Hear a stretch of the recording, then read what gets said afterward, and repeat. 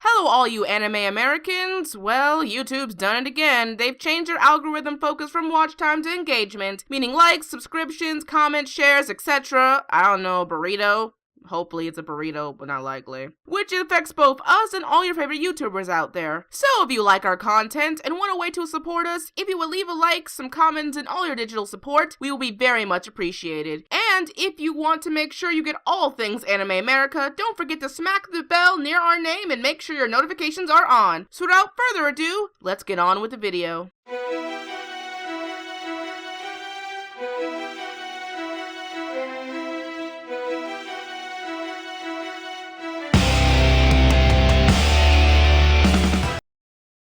What happens when you have a video game that sells super well and already has an anime look to it?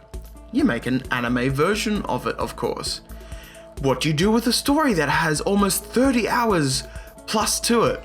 Well, you cram it into 13 episodes, of course. And what do you do with all the detail and love that goes into each story plotline and character development? Well, you breeze through it at breakneck speed and gloss over everything, of course. Danganronpa. I've been dropping hints all year that I was going to do this review, and oh boy am I ready to discuss this series and its crazy, crazy story. And as much as I want to talk about the games, I will in fact be talking about the anime. Also, with a series like this, and especially because I'll be covering everything-ish, it will be hard for me to talk about it without spoiling a few things here and there. I will try my best, but here is the warning, there will be a lot of spoilers. Without further delay, let's begin. The story is simple. It follows Makoto Naegi as he is selected to attend an elite high school known as Hope's Peak Academy, which only accepts the highly talented students known as Ultimates, and for Naegi's case, he is the ultimate lucky student. And it is said when you graduate from the academy, you'll be set for life. Sounds amazing, right? Nope. Turns out once Makoto enters the school's building, he passes out and wakes up in a classroom with metal plates and windows everywhere, and soon meets up with 14 other Ultimate students who are in the same situation as he is, with no memory of how they got there. They are Kyoko, Byakuya, Toko, Hina, Hiro, Sayaka, Leon, Chihiro, Mondo, Taka, Hifumi, Celeste, Sakura, and Junko, all having their own special abilities and traits. And right there, I just explained the plot slower than the anime did it. I love Danganronpa so much, and what drew me to the series is its attention to detail and making sure every twist and turn and death or line of dialogue is made with precision and care. And when I found out that there was an anime version of the first story, I was thrilled to be able to sit back and watch a favorite of mine and enjoy the series in its new platform.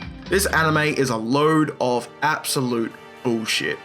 I sat through 13 episodes and progressively was pulling out my hair on the brink of a meltdown.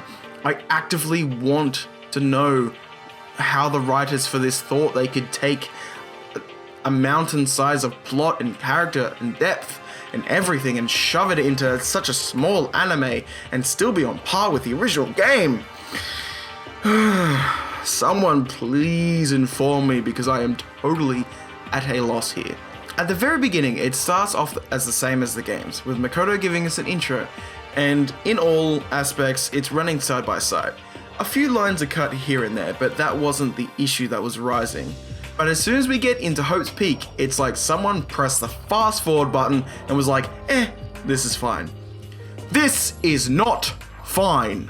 In the original Danganronpa, you spend time getting to know each and every one of these characters that are trapped inside of Hope's Peak Academy. But in the anime, it is treated just filling the time with flashy cards of each person and their talent with no real information. In the anime, the headmaster and mastermind behind all this, Monokuma, is very bland and nothing like how he is in the games. But with that saying, he's probably the only thing that feels like the original. He's supposed to be the thing that puts fear into you. The wisecracks and jokes that he makes add to his personality, but are lost in the anime. And that can be said for every single character. And what was charming about each one of them now feels missing and soulless. In the game, you spend a good 17 minutes or so going around talking to each person and getting a real sense of what's going on and how everyone feels. In the anime though, the same scene is given to you in 3 minutes and 40 seconds. That's just a small example of how much detail is skinned away and you were just left with the bare bones of plot. I also get that this could have been made just for the fans and would know all the little details that go on in the series. But that's not an excuse for leaving 80% of the series out just so you can push out another anime. What happens when someone new comes to the series and wants to watch the anime and goes, well, yeah, it was okay. Do you know how heartbreaking that is?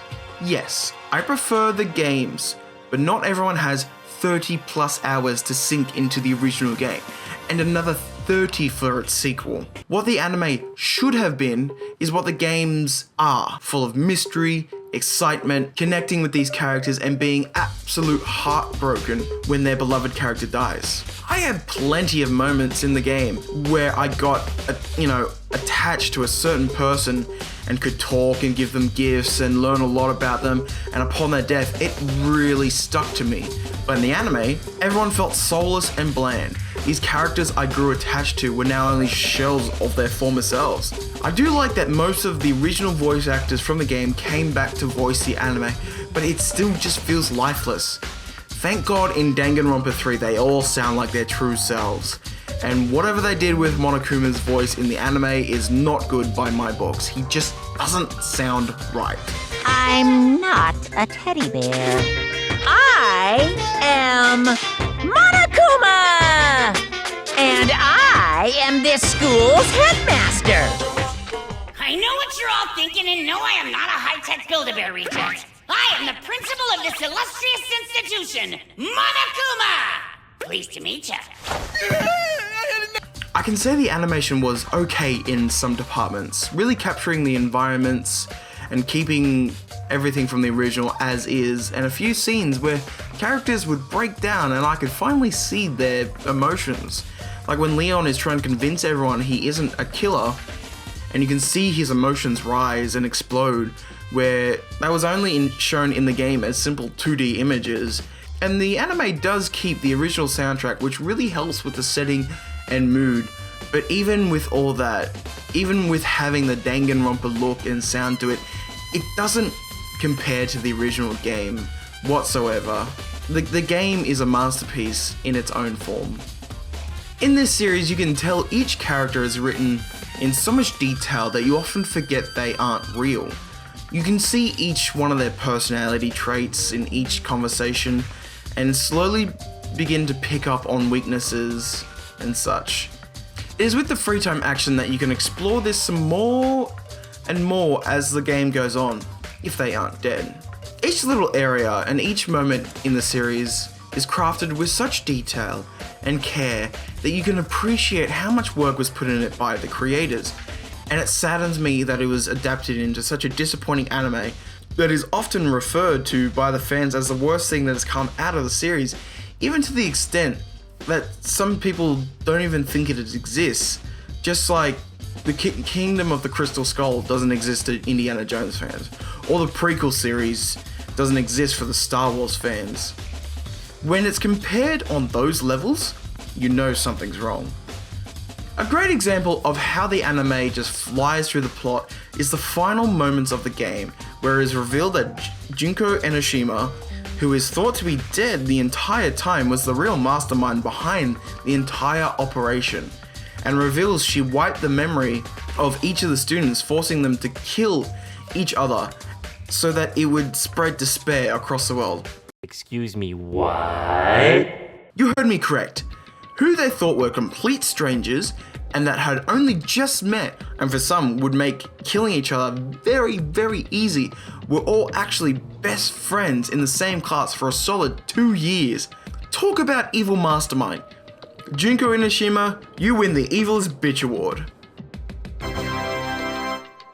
When this was revealed, my heart sank so hard that I had to stop for an hour just to process everything. Mind you, I binged the entire first game in a sitting and a half, so I was very hooked by this point. It goes through so much detail into how and why you were there, and after a very lengthy conversation and after defeating Junko and getting your mind blown with all this information, you are actually left with an actual sense of despair.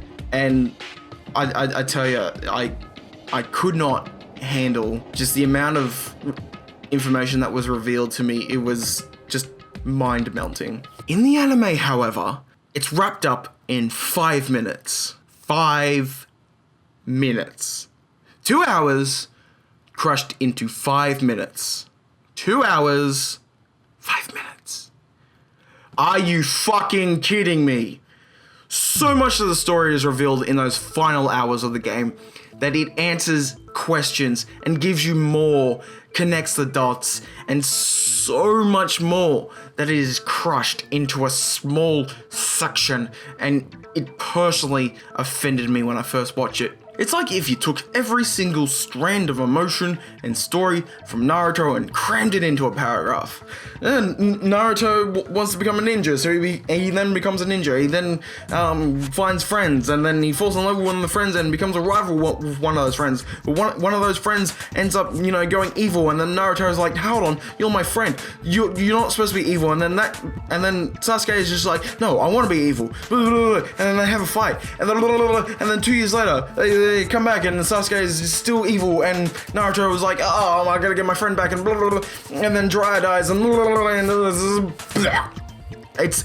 It's frustrating, absolutely frustrating, because so much love and care goes into those final moments that to have it compacted into a sped up 5 minute segment, and for the creators of this anime to go, yeah, that was actually good. I'm like, no, you're a fucking idiot. That's what you are. You can't just do that. What satisfaction can you get out of it? I'm okay. After all this though, Makoto, Kyoko, Toko, Hina, Hiro, and Byakuya all beat Junko at her own game, sending her to punishment, and then being able to escape Hope's Peak Academy and finally living happily ever after. Now, these are lengthy games, so be prepared to sit through a lot, but trust me, it is worth it to experience the wonder that is the Danganronpa series. Filled with so many amazing twists and turns that you'll be sent into a spiral of despair, but you'll love it all the same. I really like the character development that grows from these characters. It is so real. One character I didn't see coming but was very, very interesting was Toko. Toward the halfway mark, when investigating the murder of Chiro, the students suspect that a serial killer known as Genocide Jack is amongst them, because Chiro's death has a very similar calling card to that of Genocide Jack. It is then revealed that Toko has a split personality, which is of the serial killer Genocide Jack, but the scene was staged to make it look like the serial killer's work, but was indeed that of Mondo. Using this, Toko and Genocide Jack do not share memories. So when Makoto asks Jack during the final trial if Junko's statement about the outside world is true, she confirms it, but only because Toko's memory was wiped, and not Jack's. This is one of my favorite moments from the game because it is so clever and so brilliant and explains so much. I love the subtle clues that are left here and there, and the foreshadowing of events that are coming. You can tell a lot of thought had gone into the first game, but the anime does not compare whatsoever, and I would highly recommend the games over the Danganronpa's animation. Now, before I move on to the crowning jewel of the video, Danganronpa 3, which is the anime that finishes off the series, I probably should run you through the events of Danganronpa 2 for plot reasons. Danganronpa 2, Goodbye Despair, plays exactly like the original, but it this time takes place on a tropical island where you play as Hajime Hinata. And just like the original game, Everyone has their memories erased of their time at Hope's Peak Academy, and they are forced to kill each other under the ruling thumb of the beloved Monokuma, and introducing his rival, Monomi. And with this comes a whole brand new bunch of characters to interact with and have them die. Many tears shed. Along the way, it is revealed that Hajime and the rest of his class were part of the destruction of the world, simply known as the tragedy, and were called the Ultimate Despair under the instructions of Junko Enoshima, and were actually not on a tropical island, but in a virtual reality stasis pod known as the New World Program, to revert them back to their normal human selves and erase the despair within them. All this done by Makoto and friends. When Junko comes back as a digital avatar of her former self, Hajime is left with two choices: either release himself and the remaining survivors to retain the knowledge they have and ridding the despair from them, or saving all of their friends even though they thought they had died, but losing all the memories of the events that had happened while in the VR world, forcing themselves to rid the despair on their own terms. Ultimately, he chooses to save all of his friends, and Makoto, Kirigiri, and Byakuya all agree to let them live on the island and let them live out their lives to rid the despair themselves, leaving them on Jabberwock Island. I am glad this was never adapted into an anime because I really like this game slightly more than the original, but only slightly. I really think if this was given the anime treatment, then I would have exploded with rage. Danganronpa 2 has even more weaving threads of plot points that I spent more time playing this one than I did Danganronpa 1. And this one had even more mystery than the first, which if it had the anime treatment, it would have resulted in even more rushed through viewing than the Danganronpa animation did. But with all that said and done, let us dive into the epic finale of Hope and Despair. Danganronpa 3, The End of Hope's Peak Academy, is a brilliant anime that I feel that any fan of the series would enjoy because it brings everything that the series is known for and ramps it up to 1000. It is what the first anime should have been, taking the time to go through every thread and character and give them the time they needed to expand and flourish. I don't know how things can be so different between the two animes because both were made by Lurchi Studio and directed by Seiji Kishi. But they are so different in every single way possible, but it does feel like whatever bad reaction that the first anime got, they heard that and took it all in and resolved those issues in Danganronpa 3, because all the issues I had with the first anime, I could not find in this new anime. It's the anime I wanted for the series and it's the anime that I got. In Danganronpa 3, The End of Hope's Peak Academy is split into two arcs that run side by side with each other, with a third bonus arc that finishes up both arcs. The first arc is called Future Arc, which takes place right after the events of the second game, and the Despair Arc, which is the prequel to Danganronpa 2, and features those characters and their backstories and how they became the remnants of despair. The Future Arc starts off with Makoto being arrested for the crimes of treason and for helping the remnants of despair. But during Makoto's trial, himself, Kirigiri, and Hina, and 12 other members of the Future Foundation are knocked out, and when they wake, they find out they are in what is called the Final Killing Game, all orchestrated by our favorite little bastard, Monokuma, and are all fitted with a bracelet that causes the wearer to fall asleep at a fixed point, which allows a single killer to roam free while everyone is asleep. But another feature of the bracelet that I really like was that each user had a rule that they must follow, or they would die by poison. For example, Makoto's rule was that he couldn't run at all, and if he were to break this rule, he would be killed instantly, which forced him to walk everywhere or be carried by other people, which gives for some intense moments when he is under attack or needs to escape, but is very limited. This is a great use for limiting these characters because we do learn very quickly in the Despair arc of how the members of the Future Foundation became who they are in the Future arc, and with their strengths and weaknesses, which play so well into each arc.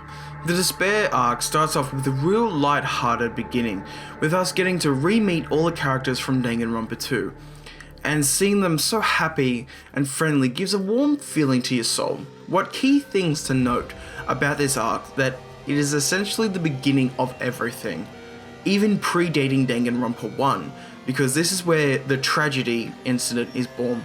This is what kicks off the Danganronpa series, the beginning of Junko's plan, the birth of the remnants of despair, the destruction of the world. This arc is key to everything Danganronpa. We also get a great introduction to each one of the students, giving them a nice little segment on who they are and what their ability is, and it is already 10 times better than the character introduction from the first Danganronpa anime. It gives these characters a sense of soul and purpose. And then we have Hajime as the reverse course student, which we learnt in Danganronpa 2 means he's kind of accepted into Hope's Peak Academy, but is like the lower class of student, where the students who have alternate abilities are like the upper class students. And we see him having this conflict of mind and essentially bullied for being a reverse course student. And this arc shows the class and Hajime go from their normal schooling lives to something much worse and terrifying. I love this series for its amazing attention to detail, to its character development. You have these characters that are first painted as just one-dimensional people and developed into fully fleshed out multi-dimensional characters, which makes the outcomes of the story that much more meaningful. I will say, there is a scene in the Despair arc which is so out of left field that I felt so uncomfortable watching, but was so funny at the same time. I can only reference it as super sexy soup time. So if you have already seen this anime, then you completely understand what I am talking about. Teru Teru is 10 out of 10 comedy. What is so great about each arc is how different they are to one another, which is the parallel that the series is known for: hope and despair. The future arc sits in the present of the series timeline, and you know every tragic evil thing that has happened so far. So you kind of get a sense of hope that things will finally work out for the best and happiness will finally be had by all characters. And with the despair arc, you are filled with despair because you know how these characters, you see them so happy and cheerful that it fills you with such despair because you know that the happiness will not last and it absolutely drives you crazy. With that said, each arc does feel like its own individual anime because they are so different, but as the story progresses, they weave and wind through each other so well that it just feels very seamless. With the Danganronpa 3 anime and each arc, there is a particular viewing order to actually watch them, so the story makes a bit more sense. Starting with Future Episode 1, and then Despair 1, and then Future 2, and then Despair 2, and then so on and so forth, with the Despair finishing up at episode 11, and Future with an extra episode making that 12 episodes for the Future arc, and then finishing everything up with a single anime of the Hope arc, making that for a total of 24 episodes of pure, amazing content. If you are confused about the viewing order, then there are plenty of sites online that will tell you the order in which to view them. If comparing the two animes in the series, which the original anime told the story of the first game, and the latest anime telling the story of the end of Hope's Peak, and the origins of Junko and the remnants of despair, then there is no doubt that Danganronpa 3 is the better of the two by a long shot. There is no way to compare the two because Danganronpa 3 is superior in every form, from its storytelling, voice acting, animation, everything. Even things like in the Despair arc, when you see Maharu interacting with the reverse course students, and the shift in color and tone between herself having this rich, bright tone, where the reverse course students have this very bleak, lifeless tone, which represents how they're feeling about having no special skill in a school of gifted students.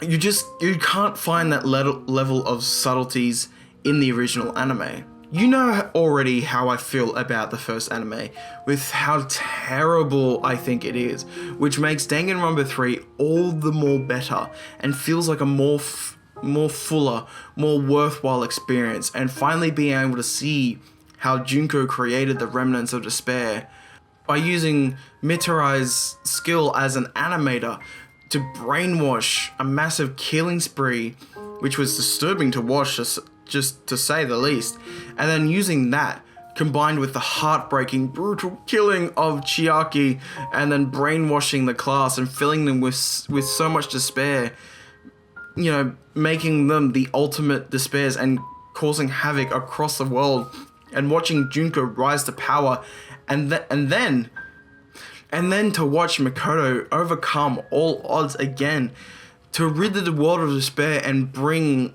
back hope to the world. Even though he is faced with the most difficult challenge he has ever faced so far, being put on trial for helping the remnants of despair and then putting them in the New World program to try and restore them to their normal selves and rid the brainwashing that Junko left them, and then put into another killing game. It's too much, but it's so brilliant at the same time. And then we have the final episode, Hope, seeing the remnants of despair coming back into the picture and then themselves bringing balance to the world. It is so uplifting, and it brings the message of hope and despair that the series is known for. Throughout everything, you are just filled with so much despair that you don't know how it's going to end, and then all of a sudden just this light shines and you are actually filled with hope, and it's quite refreshing. I have not had such a uplifting experience in an anime for quite some time. Now, this is the final chapter in this storyline, and I believe it wraps it up very, very nicely and brings a lot of closure to Makoto and friends, along with the remnants of despair, and having the fitting title to this anime, The End of Hope's Big Academy. In the community, a lot of people are kind of on the fence about it. Some people don't like the end, some people really like the end, and then there's a lot of grey area. I actually quite like the ending. As a side note, there are two characters that I feel should have an honourable mention, not for being the bravest or the smartest, but for how funny they are in their own rights.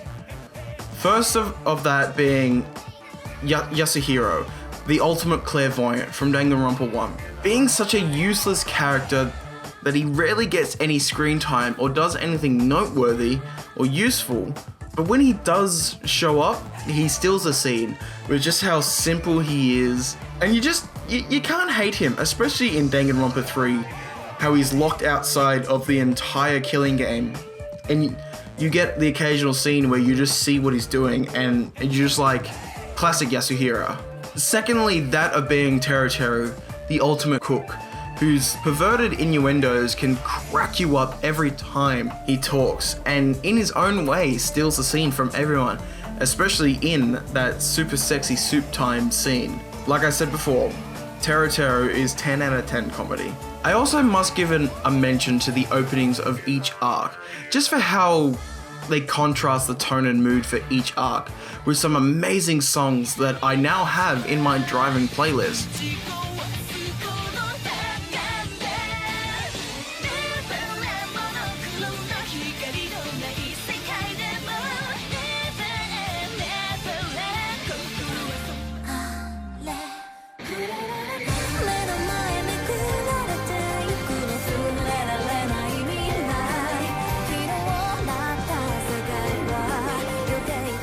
The Danganronpa series is now one of my favorite series of all time. It has such a great story and just has great characters. I highly suggest going out and getting both of the original games, which are now on Steam and soon to be re-released on PS4. I'm not saying just completely cut out the original anime altogether, but if you want a true Danganronpa experience, then play the games and leave the anime for another time. After all that, come back and watch Danganronpa 3 and wrap everything up in a nice little package. This may be the end of the Hope and Despair storyline, but it's not the end of Danganronpa.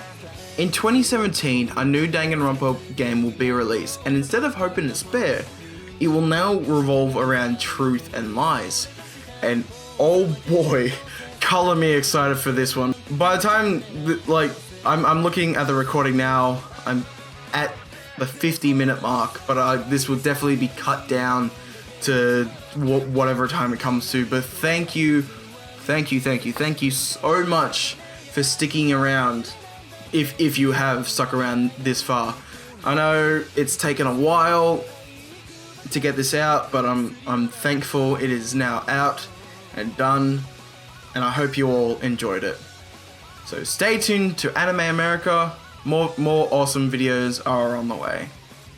My name is Lark, and I'll catch you next time. I'm gonna go sleep now. Bed! Bye! Want to support the production? Check out our brand new store on Store Envy. For a small price, you can have a one-of-a-kind poster made by yours truly. If you can only give a small amount to help us out, check out our Patreon page. Any amount you wish to give us goes towards our production needs, so anything you can give us helps us a lot. To keep up with the latest in Anime America stuff, follow us on Facebook, Twitter, Instagram, and even Tumblr. Be sure to like, favorite, and subscribe to Anime America for more awesome reviews and top 10 lists. If you're interested in anything of pop culture, be sure to subscribe to Pop Spectrum. Thank you all for watching, and stay tuned to Anime America.